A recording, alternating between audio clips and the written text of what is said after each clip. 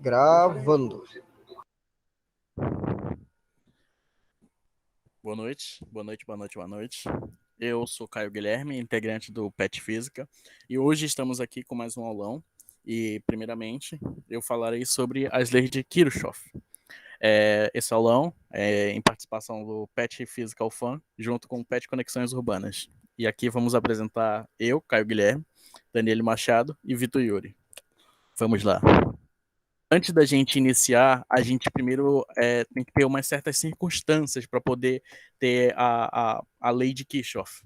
Para isso, a gente tem que analisar muito bem sobre a malha do circuito. Primeiro, a gente tem a lei de Pouillet, que tem como intenção medir a intensidade da corrente elétrica em circuitos simples, já de malha simples, como a gente pode ver nesse primeiro exemplo aqui em cima. A lei de Kirchhoff acontece quando a gente não pode reduzir um circuito para um simples. E dessa forma, ou a gente aplica a lei dos nós e a lei das malhas, junto com isso. Primeiro, a primeira lei de Kirchhoff, também chamada de lei dos nós. Ela tem certas atribuições, como a gente começa sempre com esse ponto aqui, ó, o ponto B e o ponto E, são os pontos onde que a gente chama de nó, que é onde divide a rede elétrica. E a gente vai para os trechos. Os trechos de circuito entre dois nós consecutivos são chamados de ramos. A gente percebe que aqui tem três ramos. O ramo de BAE, que é esse daqui do meio. O ramo BAFE. A gente tem o ramo BCDE. E assim a gente completa esse com três ramos. Em seguida, a gente entende que qualquer conjunto de ramos que a gente forma um percurso mais fechado, a gente pode chamar eles de malha. E é isso que a gente quis dizer aqui no início, com a lei de Pouillet. Quando a gente fala sobre malha, a gente pega esse circuito fechado. Aqui, a gente define malha como esses segmentos A, B, E, F e A de novo. B, C, D, E, B. E agora a terceira malha, A, B, C, D, E, F, A. Ok. Agora, para a gente entender esse conceito de sentido, ele parte de uma ideia arbitrária, onde que podemos escolher ou o sentido horário, que é movendo em direção à direita, ou o sentido anti-horário, que é movendo em direção à esquerda. Dessa maneira, a gente pode conceituar a lei dos nós como a soma das intensidades de corrente que chegam em um nó é igual à soma das intensidades da corrente que saem. Logo, a gente entende que a soma de R da intensidade da corrente que entra aqui por B, pela direita e também por baixo, tem que ser a mesma que vai sair bem aqui para cá.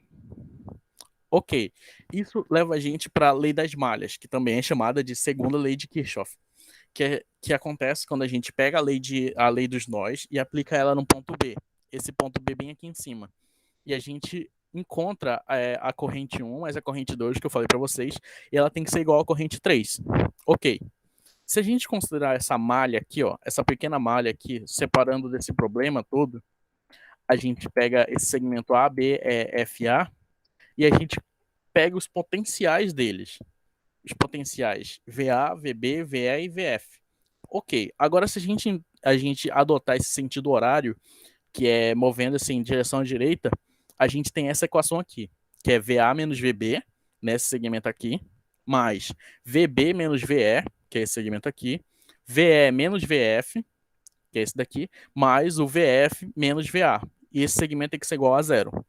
Ok, a gente pode transcrever isso sendo U de A a B, mais U de B a E, mais U de E a F, mais U de F a. E, novamente, tem que ser igual a zero. Ok, o resultado disso nos permite constituir a lei das malhas, que ela escreve sendo, percorrendo-se uma malha num certo sentido, já que ele é arbitrário, partindo-se e chegando-se ao mesmo ponto, as somas algébricas das DDPs é nula. Eu coloquei DDPs aqui, mas a DDPs nada mais é do que a diferença de potenciais. Ok, agora a gente vai observar as seguintes situações para poder saber como colocar de uma forma algébrica. Ok, primeiro a gente observa que nesse resistor a DDP é sempre do tipo mais ou menos RI. O R nada mais é do que resistor externo e o I é a corrente. Ok, primeiro a gente pega esse segmento de A a B. No meio deles tem um resistor e a corrente aqui. Se a gente pega o segmento da esquerda para a direita, sendo no sentido horário, a gente entende que VA é maior do que VB. Então, VA menos VB é igual a U de A, B, mais R. Por quê? Porque o resistor está para a direita, certo? O sentido também está para a direita. Então, como o sentido vai de acordo com o resistor, ele fica positivo. Agora, se a gente pega esse outro segmento aqui, novamente, o ponto A e o ponto B, potencial A, potencial B e um resistor no meio. Só que agora o sentido está para a esquerda, enquanto o resistor está para a direita. Nessa forma, a gente vai reescrever como o resistor sendo negativo, tá bom? Acontece uma coisa parecida quando a gente fala sobre a força eletromotriz, que é a FEM, e a FCM, que é a força contra-eletromotriz. Que a única coisa que vale para ela é o sinal que entra o sentido. Como assim? Novamente, a gente adota aqui o sentido da esquerda para a direita, o sentido horário. Se o sentido da corrente ele entra em negativo, significa que vamos escrever ele como menos E, que é o menos E, que é o menos força eletromotriz.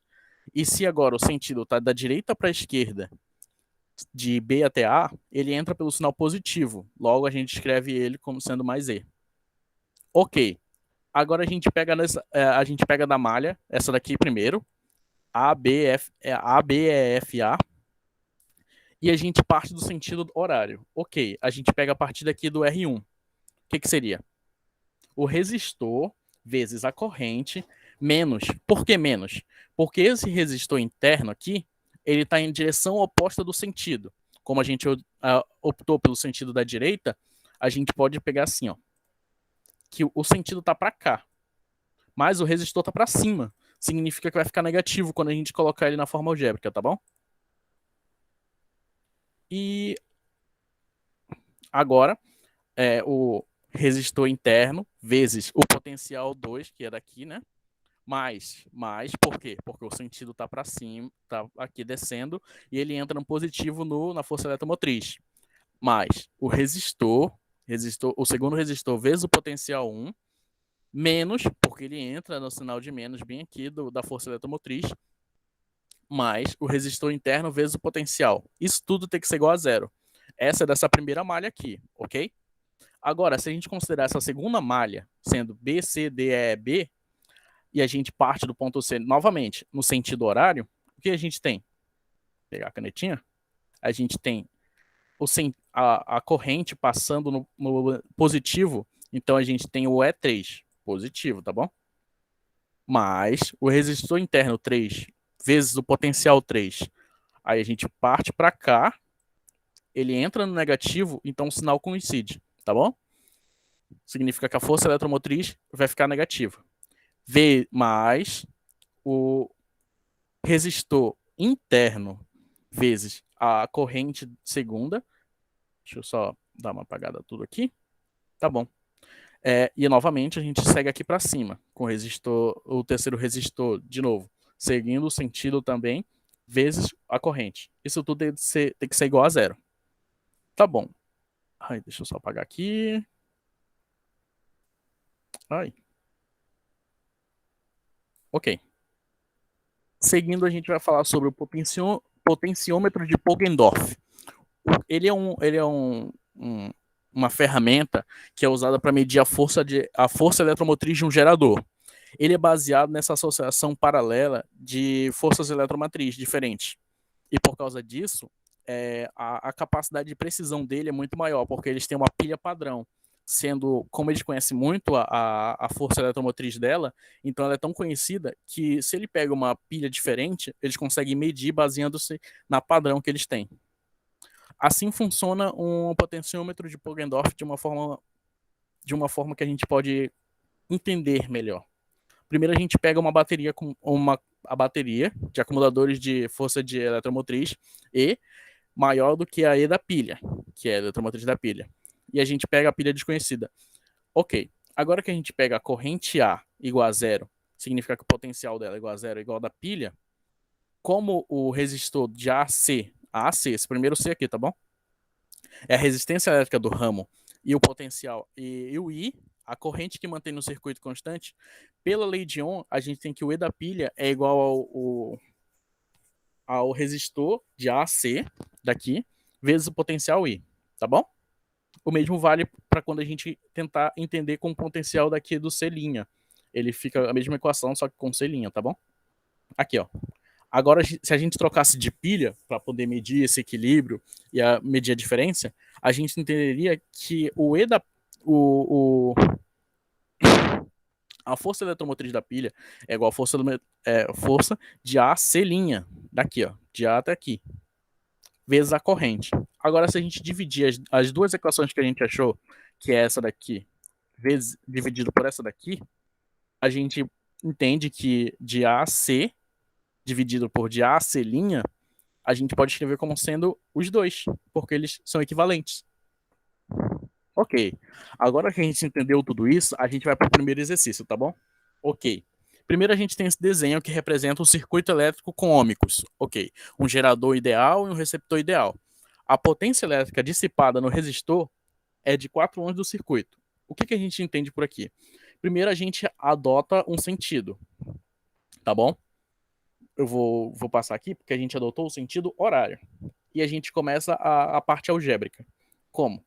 Primeiro a gente tem o 3i, fica positivo também, porque o sentido é horário. Ele entra bem aqui, ó, no negativo, tá bom? Então fica menos 6. Mais 4i, mais 3i, mais 8, porque ele entra no positivo, tá bom? E ele iguala a zero. Depois disso, a gente vai reorganizar e deixar o que a gente tem com uma incógnita de um lado e o que não tem do outro. Por isso, a gente vai para 10i da esquerda é igual a menos 8 mais 6. Disso, a gente tem que menos 8 mais 6 é menos 2. E se a gente passar o 10 dividindo, a gente tem que o I é igual a menos 2 dividido por 10, que vai dar igual a 0,2A amperes, tá bom? Agora a gente pega essa equaçãozinha aqui, de potencial é igual a resistor vezes a corrente ao quadrado, e a gente coloca que, como o potencial elétrico dissipada é de 4 ohms no circuito, então o 4 vai substituir aqui. E esse 0,2 amperes é o que vai substituir aqui ao quadrado, tá bom? Nisso, a gente tem que fica 0,16 watts. E é isso, galerinha.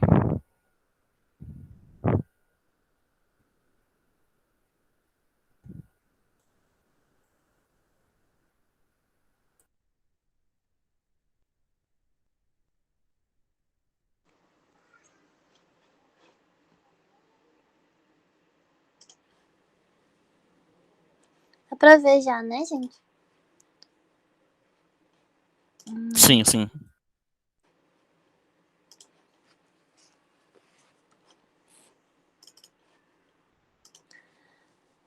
Então, pessoal, agora falando um pouquinho sobre capacitores, né? Então, basicamente, um capacitor, ele armazena cargas elétricas, né? Então, por definição, a gente teria aqui, capacitores são dispositivos cuja função é armazenar cargas elétricas. E aí, ele é formado aqui por dois condutores separados por um meio isolante, que seria aqui assim. E esse meio, ele pode ser o vácuo ou pode ser um outro meio também. E aí, quando você liga esses dois terminais, esses dois condutores, a um gerador, ele fica eletrizado. Então, cada condutor ele vai ficar um com a carga positiva e o outro vai ficar aqui com uma carga negativa, gerando aqui uma diferença de potencial. Então, agora falando um pouco sobre os tipos de capacitores, temos aqui em primeiro o capacitor mais comum em vestibulares, né, que é o capacitor plano, que é o dessa figura aqui. E ele é formado por duas placas condutoras e paralelas. Geralmente, ele é representado dessa forma. O capacitor esférico, que é formado por duas cascas esféricas concêntricas. Então, são duas esferas que contêm o mesmo centro, uma aqui com cargas negativas e a outra com cargas positivas. E o capacitor cilíndrico, que ele é formado por duas cascas também concêntricas. Então, a gente vai ter aqui dois cilindros, um maior e um menor dentro desse outro cilindro, cada um com uma carga positiva e outro com carga negativa. Agora, falando um pouquinho sobre a capacitância eletrostática de um condutor, né? Deixa eu pegar o pincelzinho. Tá, então o que a gente verifica? A gente sabe experimentalmente que há uma proporcionalidade entre a carga e a diferença de potencial entre as armaduras. Como é que a gente pode imaginar isso? Então a gente imagina aqui que tem um condutor, certo? Então, a gente verifica lá, através dos experimentos, por exemplo, esse condutor vai ter uma carga Q. Então, a gente vai verificar que vai ter uma proporcionalidade que, se o condutor tiver uma carga Q, ele vai ter uma diferença de potencial V. Se esse condutor tiver uma carga 3Q, a gente vai verificar que vai ter um potencial 3V. Então, a gente verifica que essas duas grandezas elas são proporcionais. E o que acontece? Quando a gente verifica que duas grandezas são proporcionais, a gente precisa de uma constante de proporcionalidade para associar essas duas grandezas. Então, é verificado que Q é igual a C vezes V, onde C é a nossa capacitância, a gente chama C de capacitância. E agora um caso específico, que é sobre a capacitância de um condutor esférico. A gente verifica que a capacitância de um condutor esférico é diretamente proporcional ao seu raio. Por quê? A capacitância ela depende apenas da geometria do seu condutor. E no caso aqui de um condutor esférico, a gente vai ter as seguintes equações. Primeiramente, a gente vai isolar a capacitância, né? A gente verificou que a capacitância ela se dá por Q igual a CV, então isolando a capacitância vai ficar C igual a Q sobre V, onde Q é a carga e V ali é o nosso potencial, certo? Então, a gente já verificou em aulões anteriores, né, que o potencial ele se dá por K, que é a constante eletrostática, vezes Q, que é a carga, sobre R, onde R é o raio da nossa esfera aqui, que do nosso condutor esférico que está sendo estudado. Então, substituindo o potencial aqui na equação, a gente verifica aqui que C, a constante, a capacitância, perdão, ela vai ser igual a R sobre K. E o que significa? A gente verifica aqui que a nossa capacitância ela é diretamente proporcional ao seu raio. Então, o que a gente infere, por exemplo, aqui na nosso desenho? Dá para ver claramente que o raio do nosso condutor 1, ele é bem maior ou pouco maior. É notável que o raio do nosso condutor 1 é maior do que o condutor 2. Então, se os dois eles possuem o mesmo potencial, a gente verifica que pelo raio, o Q1, o nosso condutor 1, vai ter a capacitância, vai ter a carga maior do que o nosso Q2. E uma observação importante também é que em circuitos, né, em sistemas que a gente utiliza no vestibular, em questões dos livros, a gente utiliza como se fosse aqui nessas duas imagens. Você pode encontrar o capacitor sendo representado dessas duas formas, tá? E aqui um exercício rapidinho de aplicação, basicamente, bem simples. Então, um capacitor de capacitância 2 picofarad, lembrando que no sistema internacional a capacitância ela se dá, ela é farad, então a gente representa assim como F. Então aqui a gente lê 2 picofarad. Foi ligado aos terminais de uma bateria que mantém seus terminais que mantém entre seus terminais uma diferença de potencial igual a 2V, igual a 2 volts. Então, calcule a carga do capacitor. Então, aqui ele deu a capacitância, ele deu a nossa DDP, a diferença de potencial, e ele está pedindo a carga. Dá para fazer diretamente uma aplicação com a equação que a gente acabou de ver. Então, pela definição de capacitância, a gente tem que Q é igual a C vezes V, ou U. Pode ser representado como V ou como U, tanto faz. Então, substituindo aqui C é igual a 2 picofarad, lembrando que vai ser meio chato de escrever.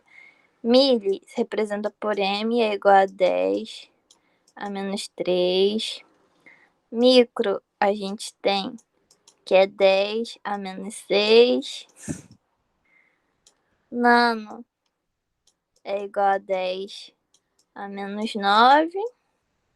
E o pico, que é o que tem aqui, representado pelo Pzinho, é 10 a menos 12.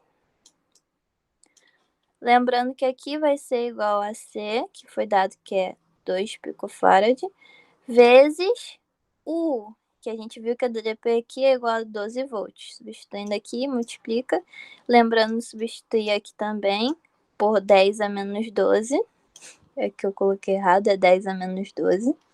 Então, vai ficar 2 vezes 10 a menos 12 vezes 12. E aí, isso vai dar 24 vezes 10 a menos 12 coulomb. E aí, aqui a gente verifica que Q é igual a 24 vezes 10 a menos 4 coulomb, que é a mesma coisa que 24 picocoulombs. Capacitor plano. Ok, a gente já viu como é que a gente calcula a carga de um capacitor. Mas, nos circuitos, geralmente, a gente verifica o capacitor plano aparecendo com maior constância. Então, vamos analisar ele aqui rapidinho. Aqui tem a figura de um capacitor plano, né? E verifica-se que a capacitância desse capacitor aqui, ela se dá por essa equação, onde C vai ser igual a E, que a gente vai ver mais para frente o que significa, vezes a área desse capacitor, dividido pela distância entre as duas placas. E aqui, como eu disse, a gente tem que E depende do meio isolante que tem entre essas duas placas. E ele é chamado de permissividade do meio. Então, esse E aqui, o nome dele é permissividade do meio.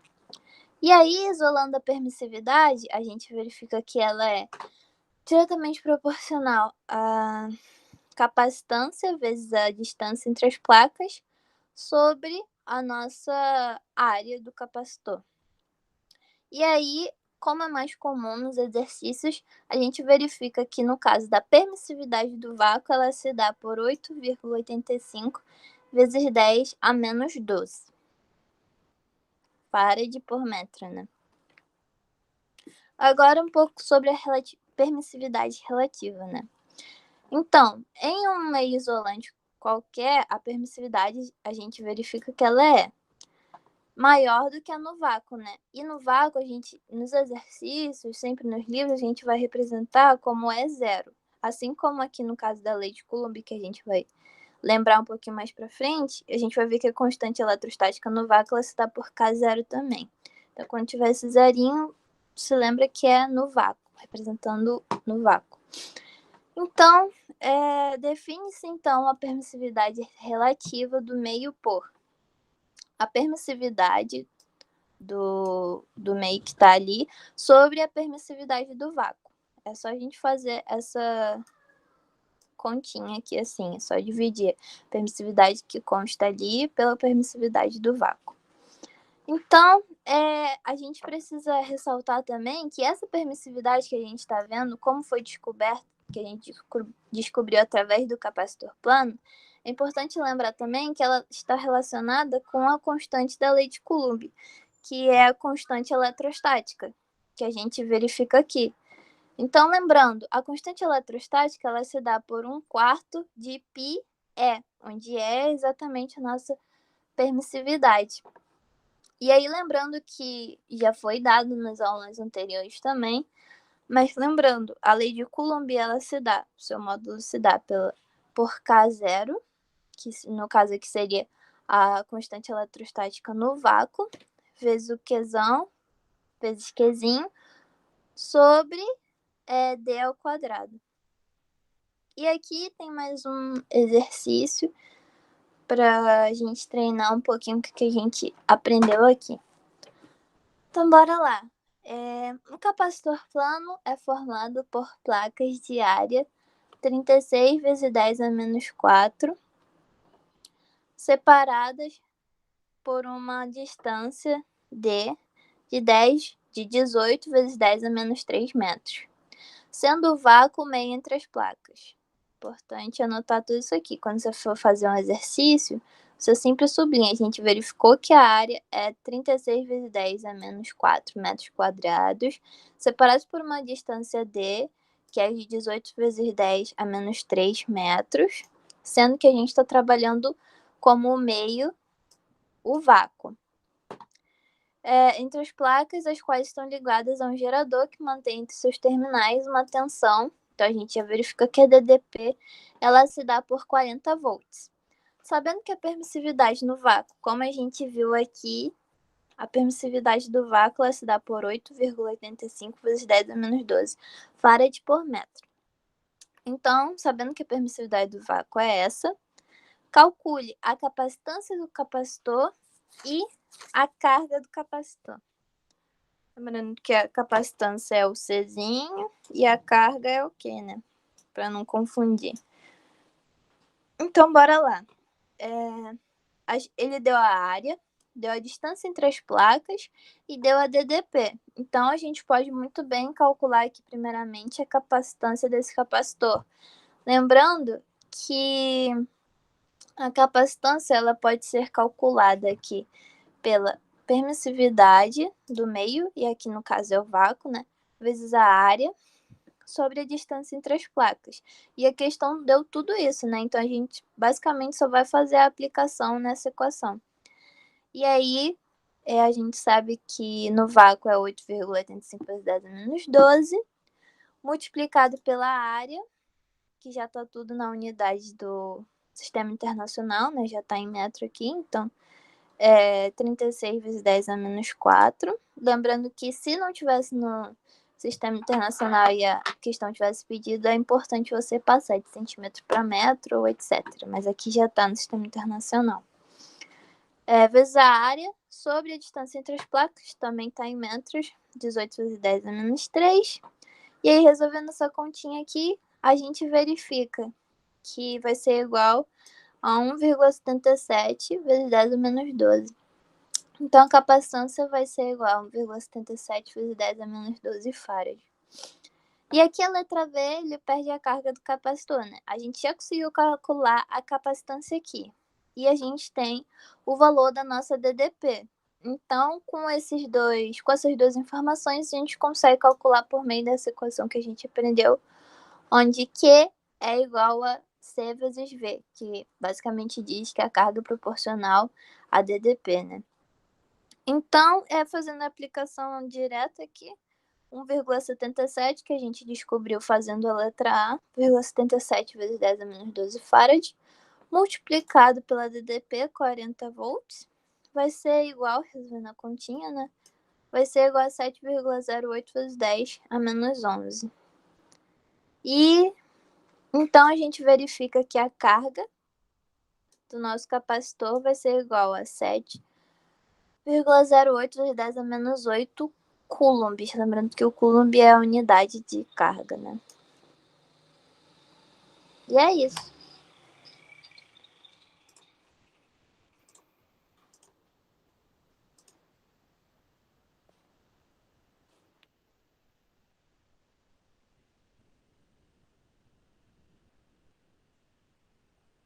Já apareceu minha tela aí?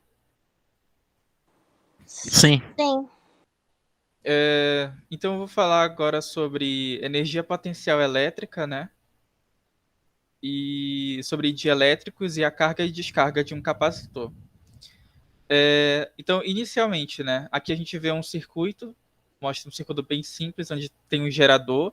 Esse CH simboliza aqui uma chave. E o capacitor, como a Dani tinha mostrado, que é a simbologia em circuitos. Da capacitância, a gente tem essa equação aqui, onde esse C é medido em Faraday, o Q, que é a quantidade de carga medida em Coulomb, e o é V, que é volts. A energia potencial elétrica, ela surge, não é que ela surge, né?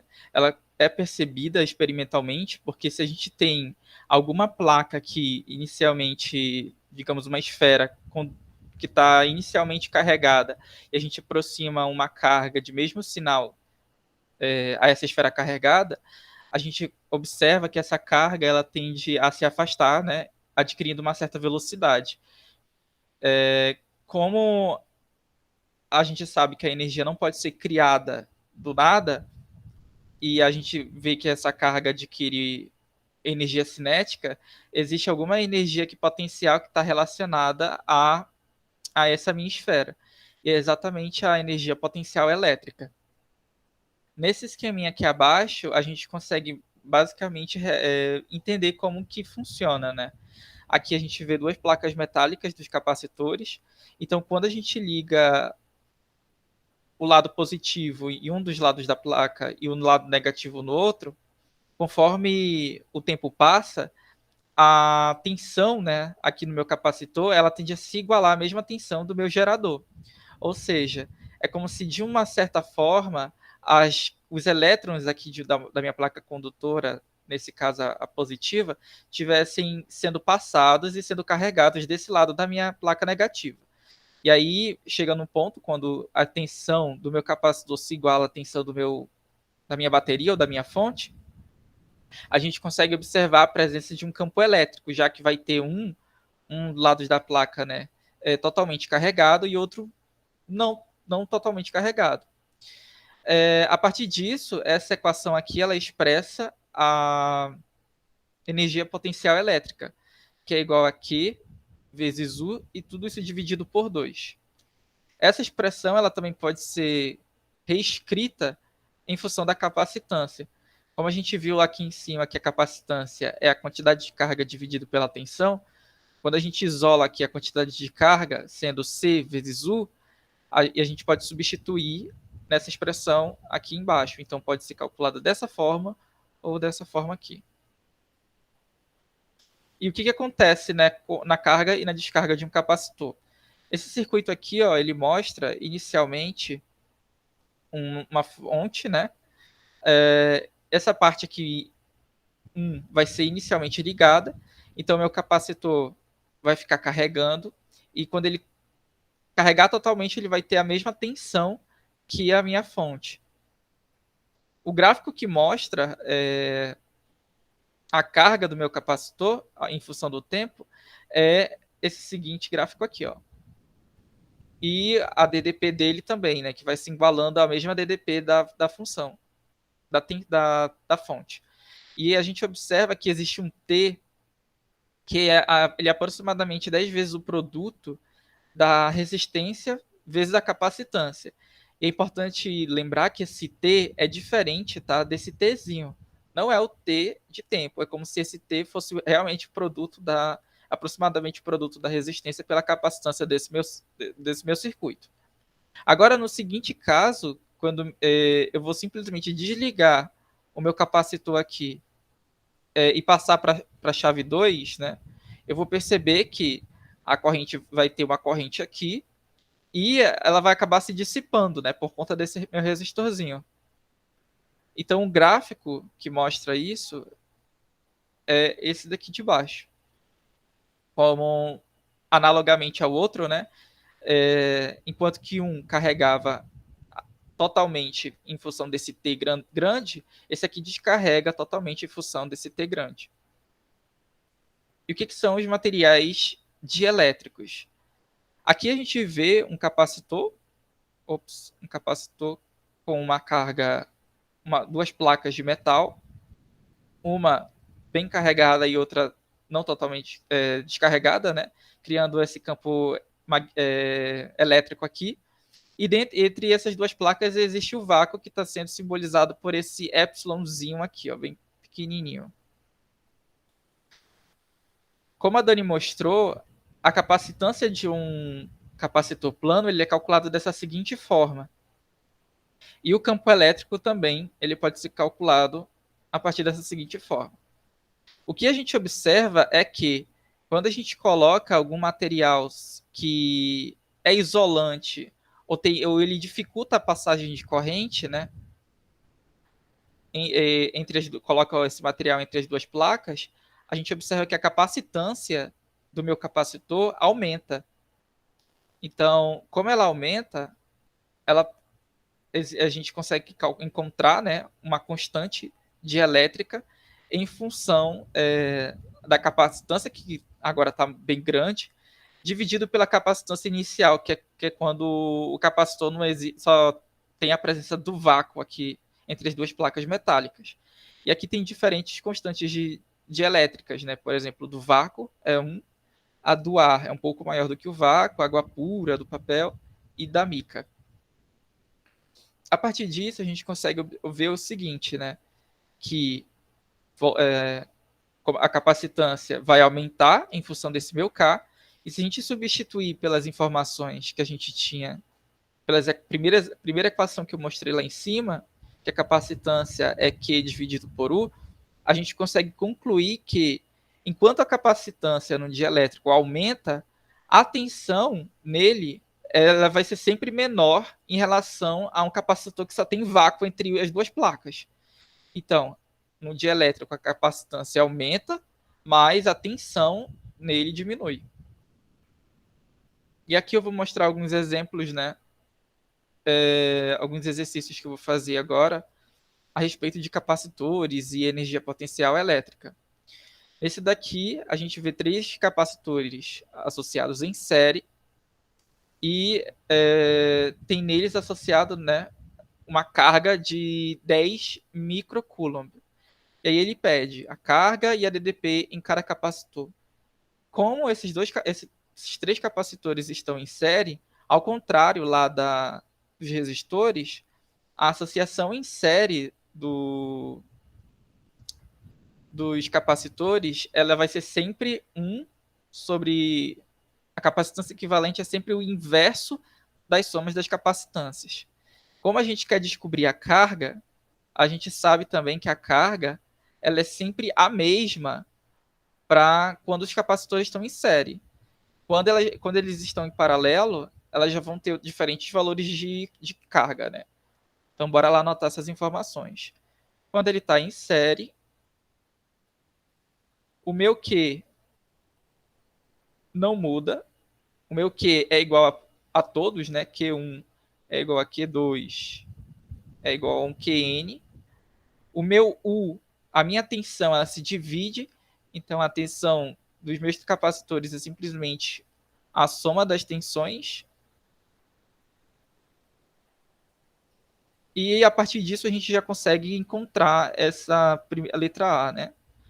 Então, a letra A, como que é o mesmo para todos os capacitores em série, então simplesmente aqui é igual a 10 microcoulomb, como está sendo mostrado aqui. Para encontrar as tensões de cada um, simplesmente colocar, né? Como a capacitância é Q, capacitor 1 é igual a Q sobre 1. Isolando isso, fica o nosso sobre Q sobre C1. Então, a minha tensão no meu capacitor 1 é Q, que é 10 vezes 10 a menos 6, dividido por 2 microfarad. Isso nos dá 5 volts. Agora, fazendo a mesma coisa, né, para os outros capacitores, bora lá fazer um pouco mais rápido aqui. O 2 é quem? Q, que é 10 vezes 10 a menos 6, dividido por 5 microfarad aqui. E aí a gente encontra 2 volts. E o 3...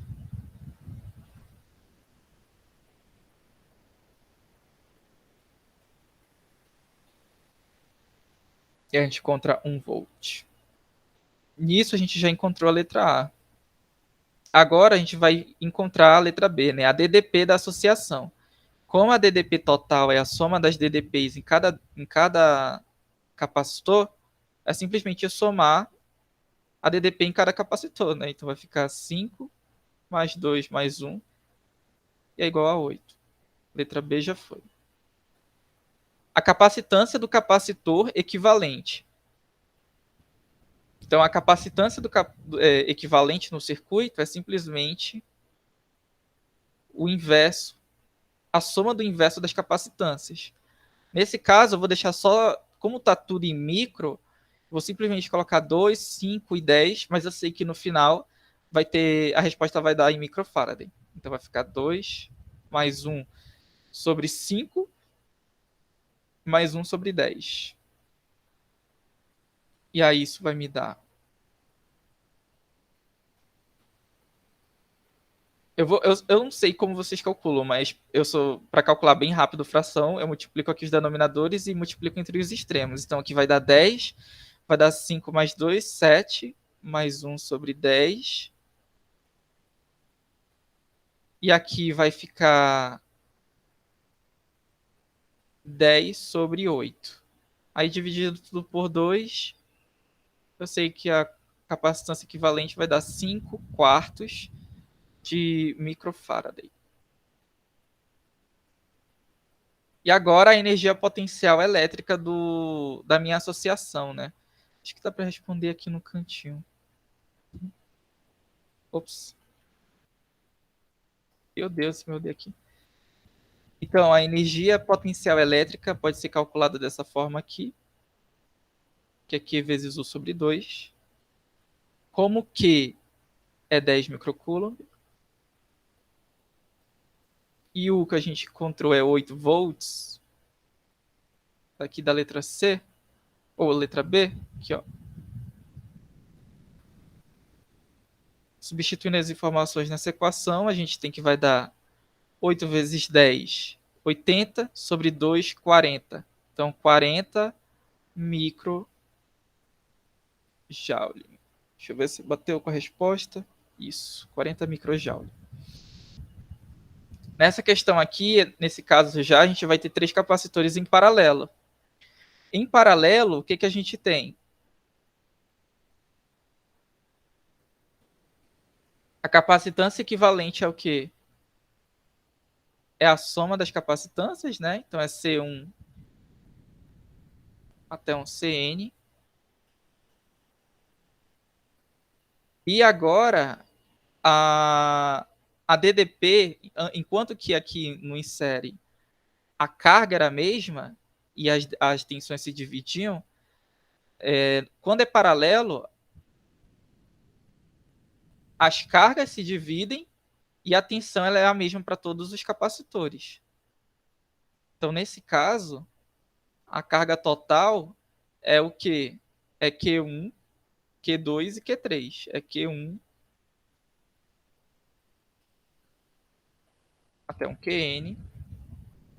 E a DDP é a mesma para todos.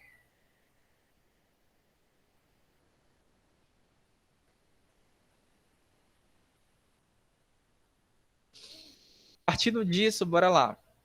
Letra A DDP e a carga em cada capacitor.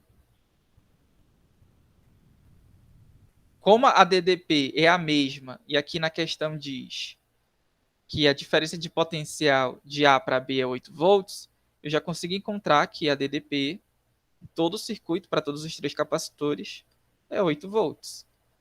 Nesse caso aqui, eu vou ter que encontrar, né, a carga de cada capacitor, já que cada um tem uma carga diferente. Então, C1 é igual a Q1 sobre U, e isso vai me dar U sobre Q1 dividido por C1. Aí, substituindo as informações, eu tenho que... Nossa, eu tenho que encontrar a carga, então. Coloquei aqui errado.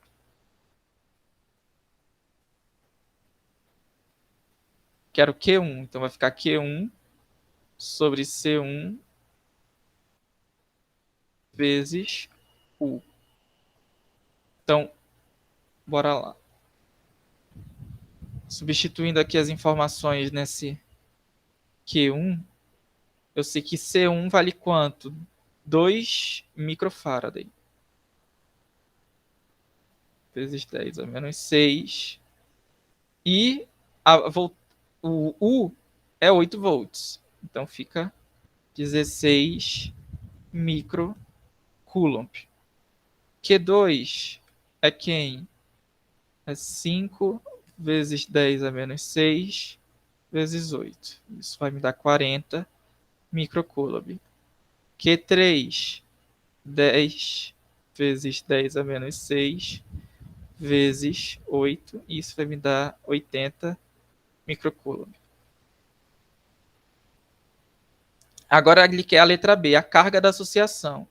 A carga total da associação é a soma das cargas em cada capacitor. Então, nesse caso, é 16 mais 40 mais 80. que vai me dar aqui, ó, 120 mais 16, 136 microcoulombs.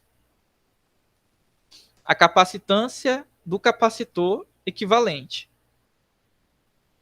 A capacitância do capacitor equivalente é simplesmente a soma dos meus capacitores, né? Então ficaria a capacitância equivalente, que é a capacitância total, né? É C1 mais C2 mais C3. Nesse caso, C1 vale quanto? 2. Vou me basear por aqui. 2, 5 e 10. Valendo aqui a capacitância equivalente, né? A 17 microfaraday. E a letra D é a energia potencial elétrica da associação. Nesse caso vai ser W, né? Igual a Q vezes U sobre 2. E aí esse meu Q tem que ser o meu Q equivalente da minha associação inteira. Que é quanto? É 136. Vezes 10 é menos 6. Vezes U, que é 8. Dividido por 2. Fazendo essa multiplicação aqui, a gente encontra 544. 544 e dividindo por 2, né? Vai ficar vezes microjoule, desculpa.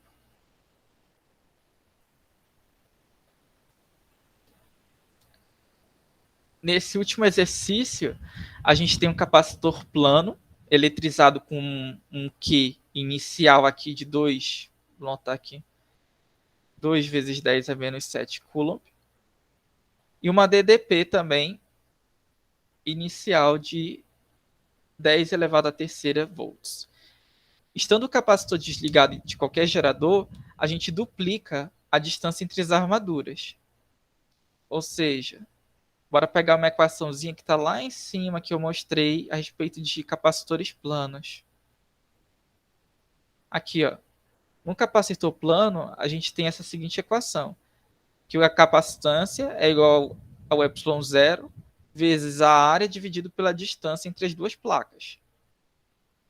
Então, vou só anotar essa equação aqui de baixo.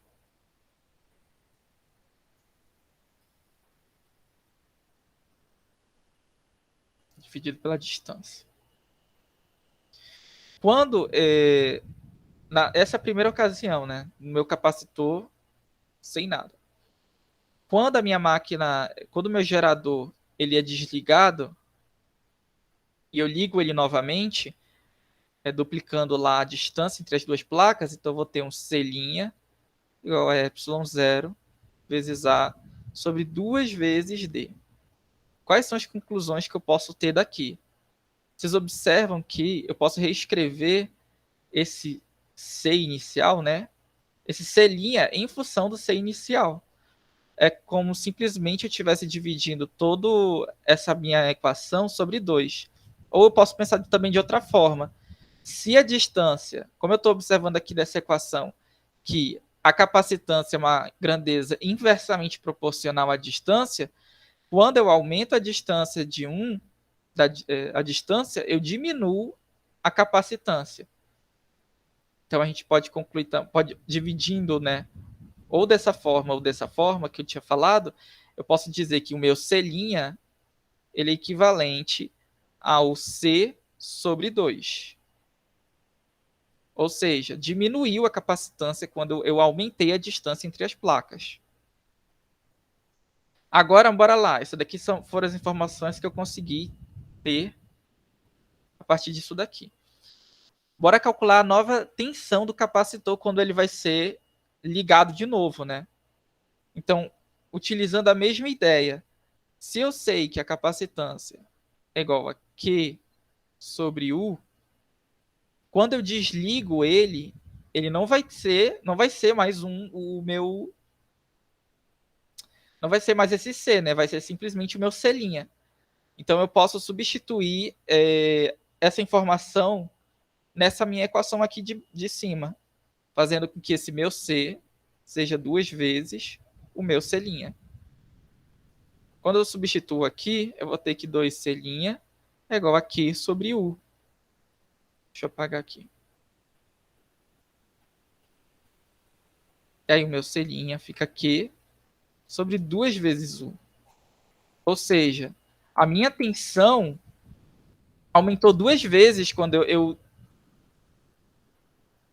aumentei a área entre as placas, enquanto que a capacitância diminuiu, né? Nesse caso, se aqui o meu U era 10 elevado à terceira, agora o meu U vai ser 2 vezes o meu U inicial. Então vai ser 2 vezes 10 à terceira volts.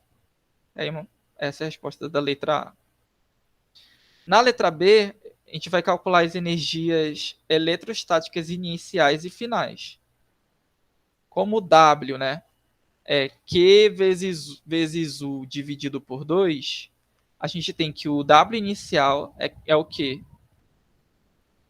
É o meu Q vezes U dividido por 2. O que eu tinha antes, né, vai ser quanto? 2 vezes 10 elevado a menos 7. E o meu inicial era 10 elevado à terceira.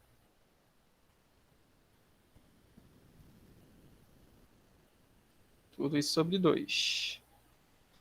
E aí, quando eu divido aqui, eu vou encontrar 10 elevado a menos 4. Ou posso simplesmente escrever 10. Coloca logo assim: 10 elevado a menos 4 joule. Energia eletrostática final é Q vezes U sobre 2. Nesse caso aqui, meu Q também vai ser 2 vezes 10 a menos 7. Vezes. Quem é meu U? Agora ele assume esse valorzinho aqui, que é de 2 vezes 10 a terceira. Tudo isso sobre 2.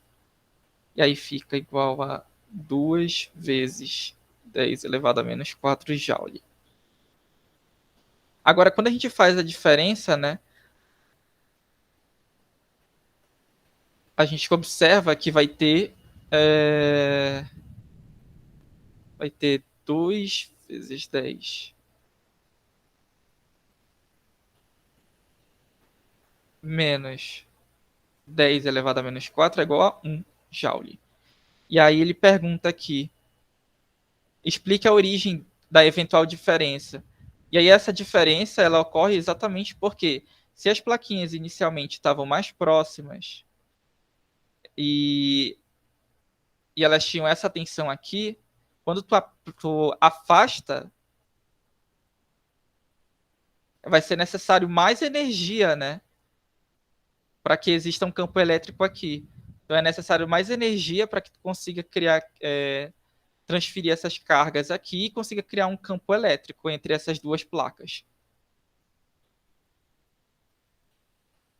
E a letra C, ela pergunta o seguinte: a nova carga do capacitor se a distância entre as armaduras fosse duplicada sem desligar o gerador. Nesse caso, eu não estou desligando o meu gerador. Se eu não estou desligando o meu gerador, a tensão inicial vai ser a mesma.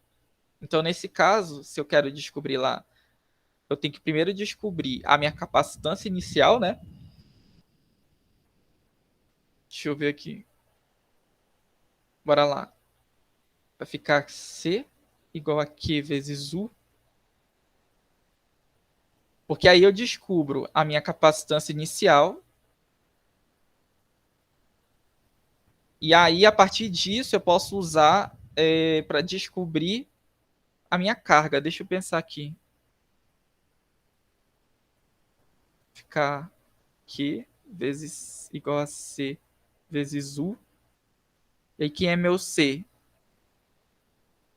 Como eu não tinha calculado o meu C, eu tenho que calcular agora. Então vai ficar o quê? Para calcular com essas informações iniciais aqui. De 2 vezes 10 a menos 7.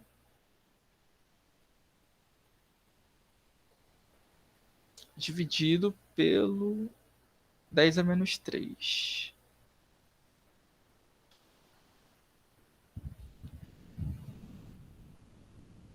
E aí eu descubro que vai ficar... Opa, copiei errado. 10 a terceira. E aí vai ficar 2 vezes 10 elevado à décima Faraday. Então, a partir disso, como eu estou querendo calcular agora a quantidade de cargas com a DDP igual inicialmente, é simplesmente substituir aqui. Então, meu Q vai ficar igual a 2 vezes 10 elevado a 10. Deixa eu pensar. Não, não pode ser isso.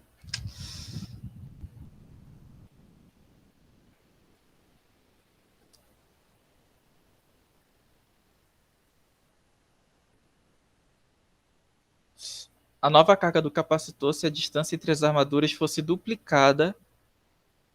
Se a distância fosse duplicada sem... Ah, tá. Nesse caso, esse meu capacitor aqui, ó, eu estou esquecendo essa informação. Como o meu capacitor aqui ele aumentou a distância, ele vai ter a metade da capacitância inicial, né? Nesse caso, não vai ser 2 vezes 10 elevado a 10, vai ser simplesmente a metade dele, que é 10 elevado a 10. Já que eu estou considerando que as placas foram separadas. Nisso, quando eu substituo 10, aqui 10 elevado a 10, menos 10, desculpa, vezes a minha tensão inicial, que ele está falando que é 10 elevado à terceira, eu consigo descobrir que a minha carga agora, quando meu circuito não tem o gerador desligado, é de 10 elevado a menos 7 Coulomb. E é isso. Eu agradeço aí a presença de todo mundo e boa noite.